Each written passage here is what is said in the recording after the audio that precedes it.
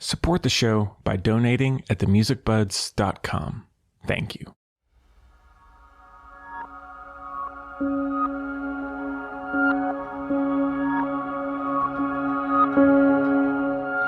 Hello, everybody. Welcome back to the Music Buds podcast. This is episode number 14, and my name is Henry. This week, I am so happy to be joined by composer Will Bates, who just worked on the new Netflix series Away with Hilary Swank, and he's also done a number of other acclaimed projects, including The Magicians, George R.R. Martin's Night Flyer series, and documentaries including Going Clear about Scientology, We Steal Secrets on WikiLeaks. I mean, the list goes on and on. Will, it is so nice to meet you. Your work is so special to me, and it means a lot for you to be taking the time. Oh, thank you. Thanks for having me. It's great to be here. Oh, my pleasure. How is life right now for you? It's pretty strange, but, we're kind of taking one day at a time. I have 2 kids, which is just a bit challenging. Sure. 24/7 daycare. Well, it's a 3-year-old and a 5-year-old. But, they're having the time of their lives. It's getting a bit Lord of the Flies over here. But otherwise, it's great. I've been fortunate enough to be able to kind of keep working throughout the pandemic. I haven't, touch wood, thus far been hit too hard by it, which I know I'm very fortunate to be able to say that. So, sure. Yeah, things are still good. Yeah. I guess just kind of jumping in right now, how did you get started with composing? Was that something you always wanted to do? It kind of was from the very beginning. I think I was 6 years old. I sang the whole score of Star Wars to my parents, and they went out and bought me a violin, which I tortured them with for a few years. And then, I kind of fell into the saxophone at the age of 11 and got very good very quickly. I was like playing in cafes and bars around West London from the age of 14. But that whole time I've just always been kind of, my first records were all soundtracks. That relationship that music has with film, just from a very early age, always fascinated me. And I think when I realized that John Williams was the guy responsible for all my favorite pieces of music as a kid, it just like blew my mind. And I wanted to do what he does. And took a few different paths to get here, mostly because I didn't really know how to break into this world. But I will say that I've had one proper job, which was working in a suit shop in London. And I lasted about a month. I got fired because the owner of the shop realized that my customers were folding their own clothes, because I couldn't figure that out. Yeah. But, other than that, I've only ever written music and performed music as a way to survive. So it's kind of always been a means to an end for me. And, I got into scoring commercials naively thinking that would get me into scoring movies, and that started its own path for me in a way. But yeah, long story short, I guess scoring has been the thing that I've always wanted to do from the outset. Yeah. Well, although I do want to get to Away, I did really want to touch on these documentaries that you've done, especially with Alex Gibney that I mentioned before, because, for example, Going Clear about Scientology and then We Steal Secrets on WikiLeaks, when I saw that you had worked on those, I honestly had like a gasp, because those films, while I've only seen them once, they're 2 of the most impactful documentaries I think I've ever seen, because they're so urgent, so powerful. I was just curious how you got involved with Alex Gibney. I met Alex back when I was living in New York. I live in LA now. I've been here for about 5 years. But before that, I lived in New York for 13 years. And I met Alex through an editor that he works with called Sloane Clevin. And she, I know her through the advertising world, actually. This is kind of like early days of my career where I was scoring a lot of commercials. And she introduced me to Alex. And I think We Steal Secrets was actually the first thing that we did together. This was back before I'd started my own music production company, Fall on Your Sword. I was kind of working in-house at another place and getting a bit frustrated that the world of advertising, the world of film would never sort of coalesce. They wouldn't cross-pollinate, if that makes sense. Yeah. So that's really why I left and started my own thing, because I wanted to create a world where those 2 disciplines would kind of coalesce a bit more. But anyway, I met Sloane and she introduced me to Alex, and we really hit it off. And he just seemed to be this incredibly cinematic. Obviously, I've been a fan of his for years, but to have the chance to score something like We Still Secrets, and it was a relatively quick turnaround. It was going to Sundance, so we had to kind of get our skates on. And that's one thing about working in the advertising world, is that you learn speed very quickly. One of the only good things probably from that apprenticeship, I guess. Yeah, so I've always been very fast, and I guess like that documentaries tend to have a lot of music in them as well, so you have to be able to sort of jump in and do lots of stuff. But one thing that just really struck me with Alex, that was only the second documentary I'd ever worked on. I'd done a lot of narrative, indie films and stuff up to that point. But his style of filmmaking and his use of music is so cinematic and thematic and narrative driven, and it was such a brilliant learning curve for me to kind of do a doc like that. And then of course we went on and did Going Clear, which was just like one of the most fun things I've ever done. So fun. But yeah, that was really the beginning of our relationship. And since then we've done, blimey, I don't know how many projects together, but lots. Lots. Yeah, he's something else.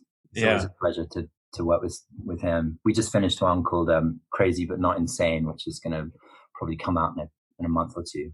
Oh, sweet. Well, I did want to ask you about the documentary process, since you have done a lot of different styles. Is doing something like We Steal Secrets, where there's so much footage, there's so many interviews and different kinds of sequences, is it different from doing other movies or TV in terms of finding the right approach to that style?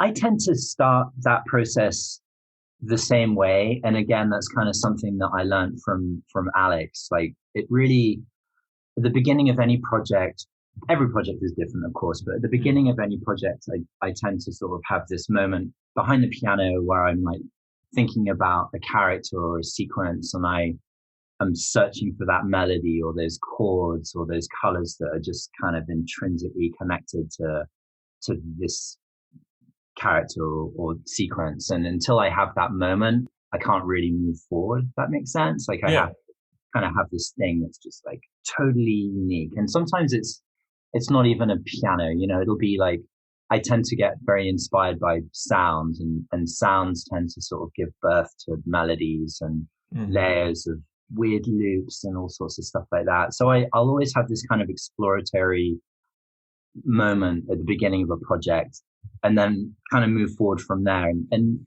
I guess ultimately the difference with documentaries is just the amount of music. It's you're sort of on all the time. I remember like the first thing that I did for We Still Secrets was I think it was the Michael Hayden. It's funny, it was in the news yesterday. Michael Hayden sequence, kind of early in the movie. It's about a third of the way in, and that's sometimes how it works. Like, I won't start at the beginning. I'll kind of drop myself in kind of in the first act somewhere and try to find that theme. And he's obviously talking about Julian, and it was like a perfect place to start to kind of come up with his theme. And the same with Going Clear. It's like finding the Elron melody was the thing, and then I could kind of move forward from there. But yeah, the difference then, like after that moment of exploring and trying to find those melodies and stuff, is just the volume in a doc. You just have to do a lot more generally. Your music works so well in those because those subject matters are already so dramatic. Like, the drama is there, the emotion is there, and your music complements it. Like, it finds the right pace, the right rhythm, and it doesn't overtake it. Like the sequences in We Steal Secrets, where you're just watching these email or direct messages take place on screen. It's kind of going up and down with how you're thinking about those thoughts. Like someone saying, I'm feeling lost, I'm feeling broken, I'm going to do this, I'm going to do that. Your music kind of has this kind of quiet hum to it. And it's like how someone is thinking. It's just such a cool element. That's nice to hear. Yeah, that's funny. I hadn't thought about that in a while. Those texts that was such a lovely opportunity for score, like the dialogue between Adrian Lamo and Bradley, at that time, Bradley Manning, and just kind of having to score the text and just stay out of the way and let the text, the viewer is reading and there's no dialogue necessarily. So the music is it has to be something of a light touch, but also it has to be able to sort of guide you through. And again, like thematically, it was great to have these three very strong characters and take these themes and then kind of throw them out of context as the story develops. And that's a very kind of Gibney thing. Like he likes that kind of cinematic technique, I guess, of leitmotif, which is something that going back to John Williams, I'm a little bit partial to myself. Sure, sure. And I think with those documentaries included, it seems like you just pick such meaningful projects to work on. Like, for example, the Netflix series Unbelievable, and then also, of course, the Alex Gibney documentaries and many others. Is that something you're just kind of naturally drawn to, or is it more so just by chance who you're working with, that's how the paths align? I think it's a little bit of both. I think I'm very fortunate in that sense to be guided towards projects like that. I think that my music tends to be maybe a tiny bit weirder than most or something. Yeah. But in a cool way, for I sure. hope so.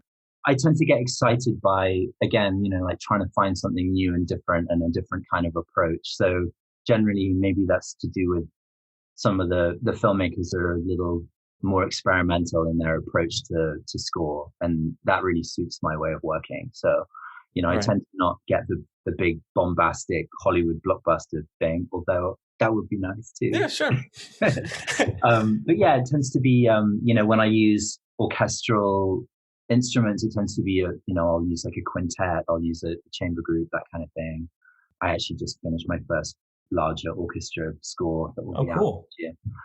I think that's probably what it is. It's sort of, you're known for your last gig, aren't you? And like my colors are odd, so maybe that's why. Yeah. I like how even though you have a very experimental style, it seems like you're still kind of rooted in real instruments and like real sounds in a variety of ways. Does that help you keep things more grounded when you're working? I think so. I started out, playing the violin terribly for a few years, but then I, like I said, became a saxophone player, jazz musician. Then I discovered techno, released some electronic music in London, and then was the lead singer of a band in New York. I've kind of picked up a lot of weird skills along the way, but I think the basis for all of that has been like playing real stuff. Even when I'm using synths and, I have to have I can't have the plug-in CS80. I have to have the real one, right. Because I'm an idiot and want to spend that kind of money for something that hardly ever works. But, when I have that sound, I like to put it through an amp and use weird mics, and I get very inspired by being able to touch stuff. And I think that that's been part of my approach, and that's really important. And especially when you're using electronics, I'm constantly trying to figure out a way to manipulate them in a way that is human, and whether that's getting stupidly deep with modular synths and Ondes Martinet style controllers and stuff like that. It's kind of an obsession because it's so easy now to just do everything inside the box. I feel like getting out of the box is a major preoccupation for me, and it tends to give birth to the ideas too. Those are the things that I tend to kind of gravitate towards. The real makes it easier. Yeah, I'm very much for that. One thing I was curious about with just composing in general, when you're making the music, is the scene that you make a song for, or even it may not be attached at the beginning, does music ever get switched around? Like you may have a certain scene in mind, but then the director says, oh, wait, no, I think it might work better here. Is how you go about making the music for a particular scene, how it ends up happening usually? It's 70% of the time it does, yeah. But then there's always that moment where that's good, but actually, why not put that over there? That actually happened a few times with Away in season 1. There in that first episode, there are a few emotional beats where it's kind of building to the event of her deciding to leave, leave her family and whatnot.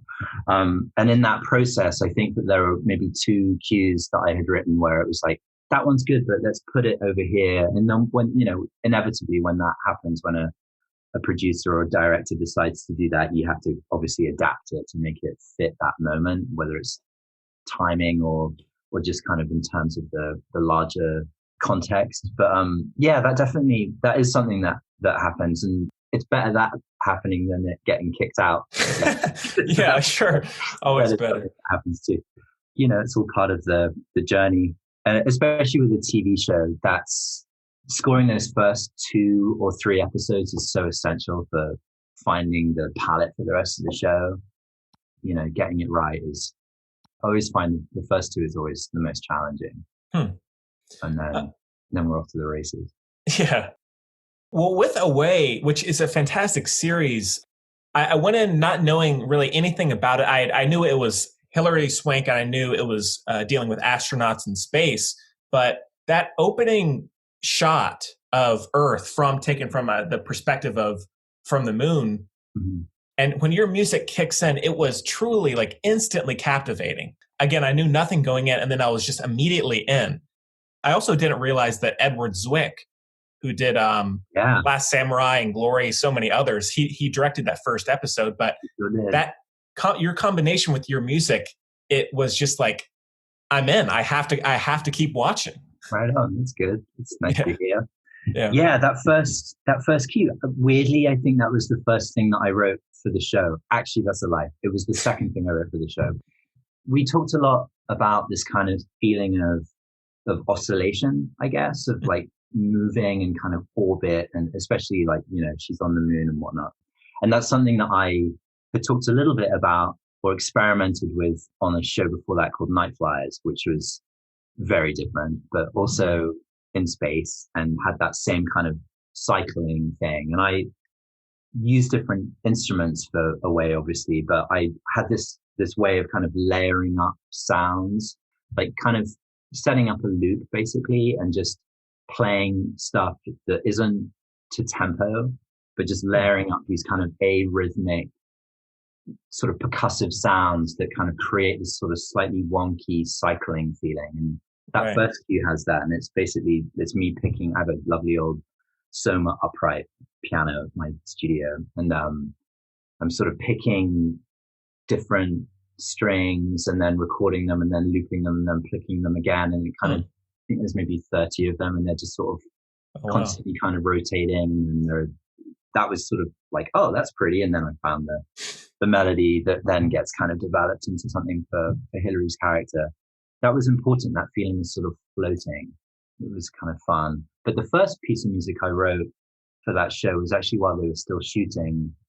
Do you remember in the story, Matt is a piano player? He's a pianist. He plays the piano in that scene before she leaves. Yeah.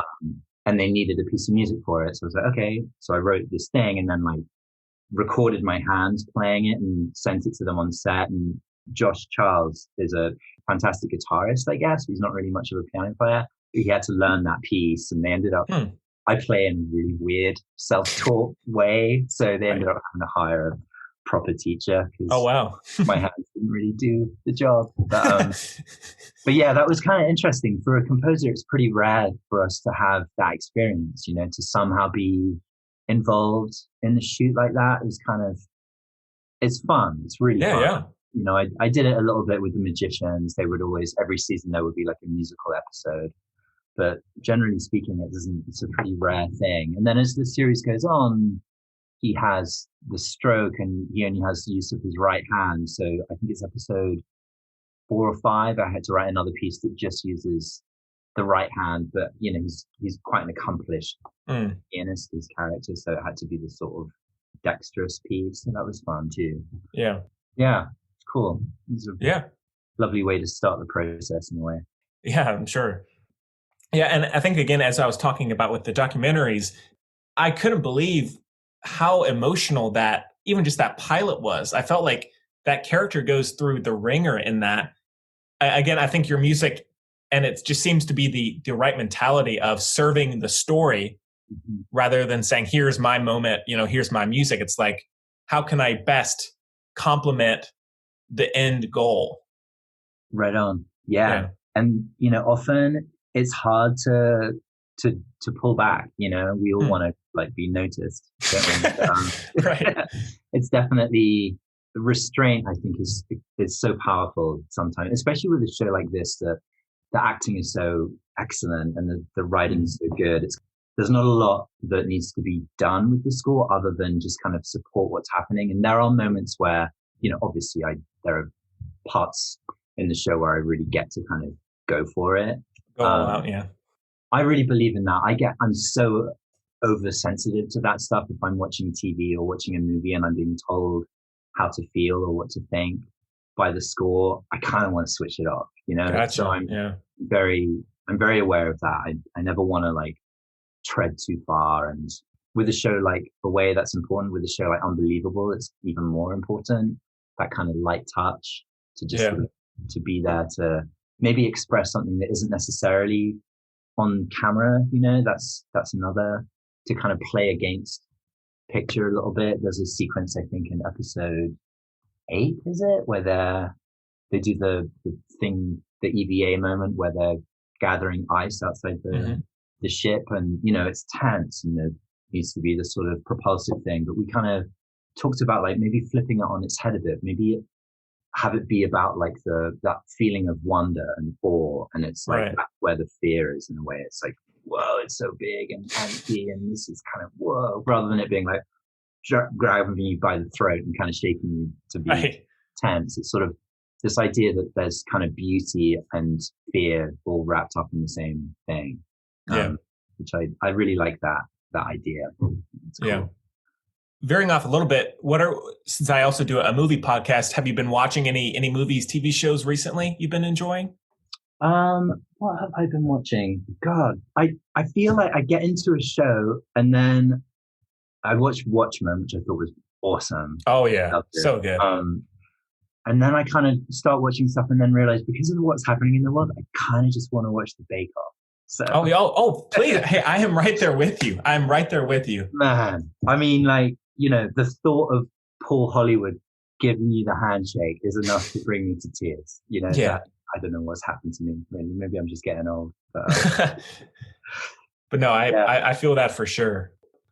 Your company, Fall on Your Sword, I was looking through some of your work, and one thing that struck me that was so cool was this commercial with Emilia Clarke. Yeah, right. From Game of Thrones. Right, totally. Was it fun doing like just a quick little snippet like that, like a commercial?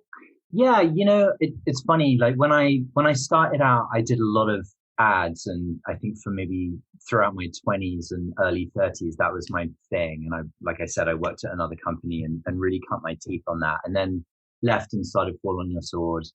And, you know, for the first few years building the company in New York, I did a lot of everything. And then we moved out here. And to be honest, I tend to, these days, I just I focus on my own stuff, the TV stuff and the movies and the games. I'm doing those these days too. So I have a small crew of composers that take care of the ad. So I'm going to admit that I did not actually score the Clinique commercial. Well, yeah.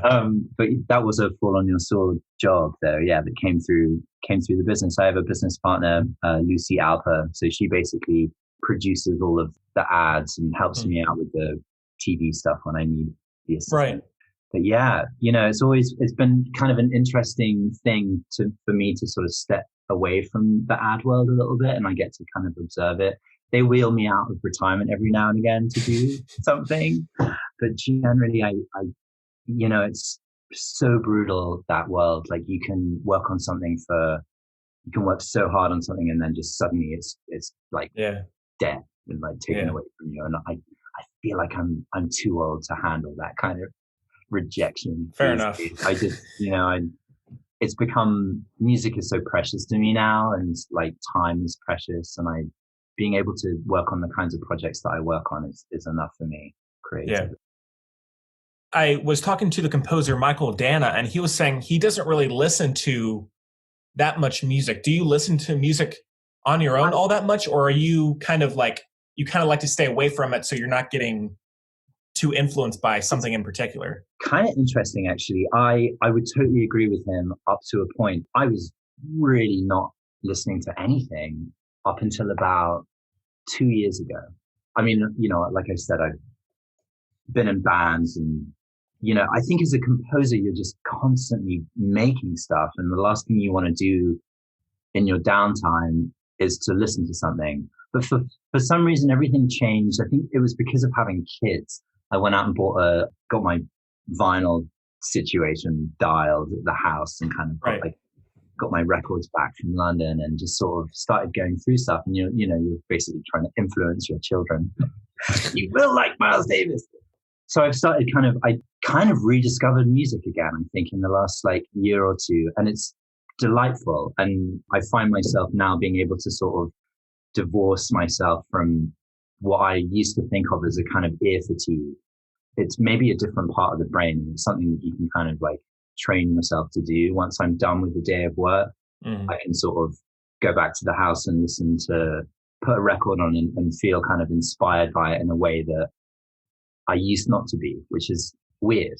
I'm kind of grateful for it. And it's sort of made me sort of rediscover stuff. I'm going through a Radiohead rediscovery moment right now. And Miles and Gil Evans moment. And I'm a bit of a jazz head. So there's always a jazz record being played every morning. We used to have the radio on, but the news is so miserable that we listen to vinyl in the morning as we get the kids ready for school. So yeah, it's nice. So I would say I listen to a lot of stuff. It's all over the place, and I love it. Yeah. The last thing I wanted to touch on is there's this connection with Pussy Riot. Yeah. Wow. Well, they're so wild. I just wanted to know what that was about. So I did a movie many years ago called The Notorious Mr. Boot, which is a documentary about an arms dealer. That was, side note, that project was nuts. They didn't think they were going to get into Sundance, talk about deadlines and stuff. And they got in, and it was maybe mid-December, and they didn't have a score. And again, I think it might have been through Alex. I met Tony Gerber and Max, I forget his last name, starts with a P. Anyway, I did that movie in 6 days, I think. And it's about an hour and a half of score, crazy saxes and weird percussion. It was really fun. It was back when I lived in New York, and I was waking up at 4 a.m. and walk over to my studio, which happened to be 3 blocks away at the time, and just work until midnight and then do it again. Yeah. Very unhealthy. But anyway, Max made a doc about Pussy Riot and was kind of following them around. It was around the time of, they did another song called I Can't Breathe. So that would tell you when it was. It was 6 or 7 years ago, probably. And he was following them around, and they were looking for producers, and they met me. He brought them over to the studio, and we really hit it off. And we made a track together called "Oh What a Lovely War," basically about the Russian invasion of Ukraine.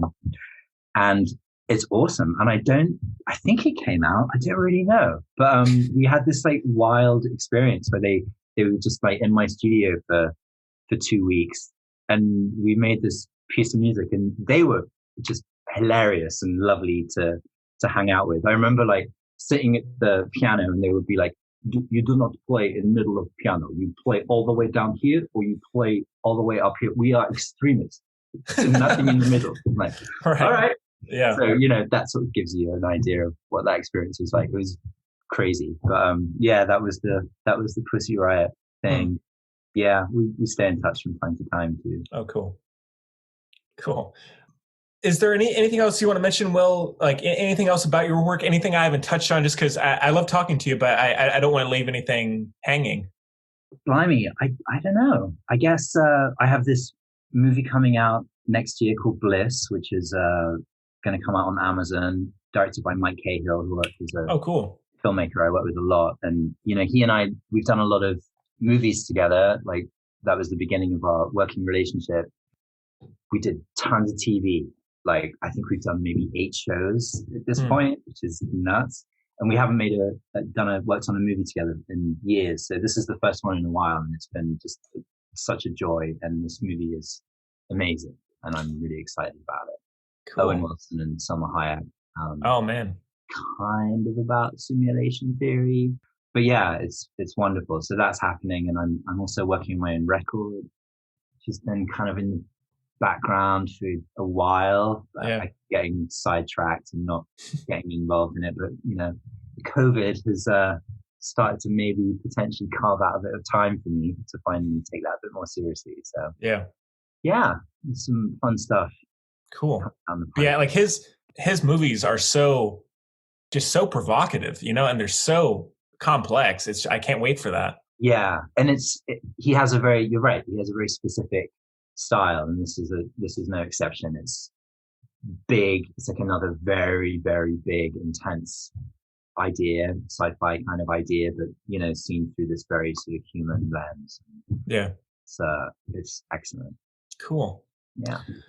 Well, I mean, I can't thank you enough for taking the time. It was so nice meeting you. And nice to see you, Henry. Yeah, nice to chat. Thank you. And yeah, like as I've said before, your work in many ways has really impacted me, and it means a lot. Thank you so much. That's great to hear. Please come back. You're welcome back anytime. And and please stay safe. Take care. Yeah, you too.